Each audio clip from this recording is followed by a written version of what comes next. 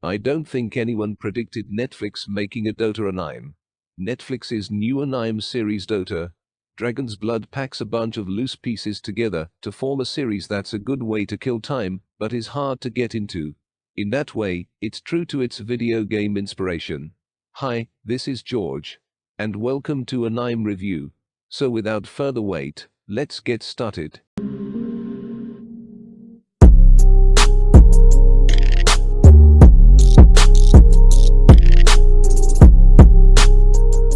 We've had webcomics, limited time events, and even the Battle Pass Immortal cosmetic descriptions playing a significant role in expanding the Dota 2 lore we have today, but never in my wildest dreams did I expect an animated show based on Dota 2 to ever exist. So when Netflix was kind enough to give me early access to Dota, Dragon's Blood, you can be sure I immediately binge-watched all 8 episodes. Before you settle down and binge Dota, Dragon's Blood, keep in mind the show is classified as mature 18+ rating. So if you were expecting a light-hearted fantasy anime like Avatar, The Last Airbender or The Legend of Korra, which was made by the same animation studio, guess again. This is way closer to Netflix's Castlevania in style and tone, and there are even a few casual F-bombs thrown out. Honestly, it was a little jarring at first, but I got used to it after a few episodes. So what's the show about? Without spoiling anything, it follows the two main characters, Davian the Dragon Knight and Mirana the Princess of the Moon. Davian slays dragons for a living, obviously, while Mirana is out on a mission to recover Selamine, the goddess of the moon's stolen lotuses. We discover through Davian that dragons are much more than just killing machines, whilst at the same time, learn why Mirana chose to commit herself to Selamine.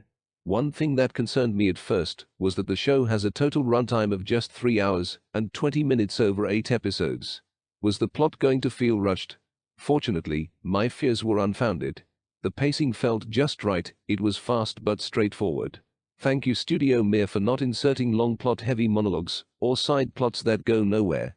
I wouldn't have minded some extra details here and there, but I always felt like I understood enough before the show moved on to the next scene. A show based on Dota will obviously have its fair share of fight scenes, and I have to praise Studio Mir here with how well they managed to recreate the visceral feel of combat in the Dota universe through some incredibly well-animated action scenes. Combat was smooth, easy to follow, and downright brutal at times. And yes, there's buckets of blood, and is rated mature 18+ indeed.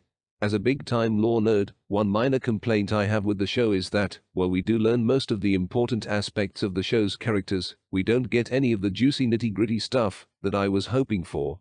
To be fair, with only 8 episodes, that's probably fair, but I do hope we learn more in Book 2. Even so, I did enjoy learning more about the personalities the show does spend time on. The contrast between Mirana and Luna, Davian's ambitions, understanding Selamine's role in the realm, why dragons exist, and even Invoker's backstory were all fascinating insights into Dota lore. As a Dota fan, I really enjoyed watching Dota, Dragon's Blood, and I think you will too. Hardcore fans will enjoy all of the aha moments spotting in-game items and additional cameos sprinkled in throughout the show. While this is a must-watch for all Dota fans, I would say there's plenty here to enjoy, even if you're not familiar with Dota. The show is action-packed, fun, and has a great storyline that has me eagerly anticipating Season 2. Be prepared to binge it all in one session, because once you start, you won't want to stop. As for my final verdict, it is a must-watch for any Dota fan, but accessible enough and super enjoyable for non-fans too.